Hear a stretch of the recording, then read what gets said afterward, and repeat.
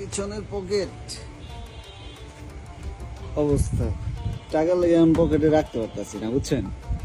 মনে করেন কি কমো, ট্রেডিং করার আগে পকেটে 500 টাকাও থাকতো না, আর এখন মনে করেন এই মানি ব্যাগ বইরা মনে করেন মানি ব্যাগে টাকা রাখার মতো জায়গা হইতেছে না। তো বাচ্চারা ট্রেডিং করো, বুঝছো? ট্রেডিং করো, ভাওতামি চিন্তা ভাবনা ছাড়ো, চাকরি কামলা দেওয়ার চিন্তা ছাড়ো, ট্রেডিং করো। এমনি মনে করো মাস শেষে মনে করো দেখবে এরকম মানি ব্যাগ ভরা টাকা এরকম ঘরের ভিতরে ফালাই দিতে পারবা। ট্রেডিং করো, ভালো জায়গায় যাও, অযথা আউলফল গ্রুপে ঢুইকো না। আউলফল গ্রুপে ঢুইকা অযথা মনে করো নিজের ক্যারিয়ারটা নষ্ট করো না। যেখানে ভালো কিছু করে ওই সব জায়গায় যাও, ভালো কিছু করো, ঠিক আছে? তো এরকম মনে করো তোমারও এরকম অনেক টাকা হইব, একটা সময় তোমারও অনেক টাকা হইব। তো ভালো কিছু করো, ট্রেডিং শিখো, জানো, বুঝো। অনেকে তোমার ডিমোটিভেট করবো, কিন্তু সেগুলোর পিছনে সময় দিও না। কে কি বললো না বললো ওইসবের দিকে ঘুরো না। এরকম তোমারও মনে করো একটা সময় হইব, জিদ করো নিজের ভিতরে যে তুমিও পারবা, তুমিও চেষ্টা করো, দেখবা অনেক দূর যেতে পারবা। চেষ্টা না করলে কিচ্ছু পারবা না, ঠিক আছে?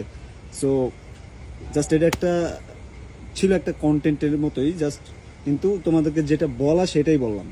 যেটা বোঝার সেটা বুঝা নাও, আর কিছু বেশি বলার দরকার নেই। যেহেতু ট্রেডিং এ আসবা সেহেতু বোঝারটা বুঝা নিও, ভালো কিছু বুঝা নিও, ঠিক আছে? আর কিছু বলার নেই। তো সবাই আমার জন্য দোয়া করুন, আর আপনাদেরকে যেরকম সিগন্যাল দেই বা যেরকম সাপোর্ট করি যেন সব সময় করতে পারি, সেই দোয়া করেন আমার প্রতিও, ঠিক আছে? তো ভালো থাকেন।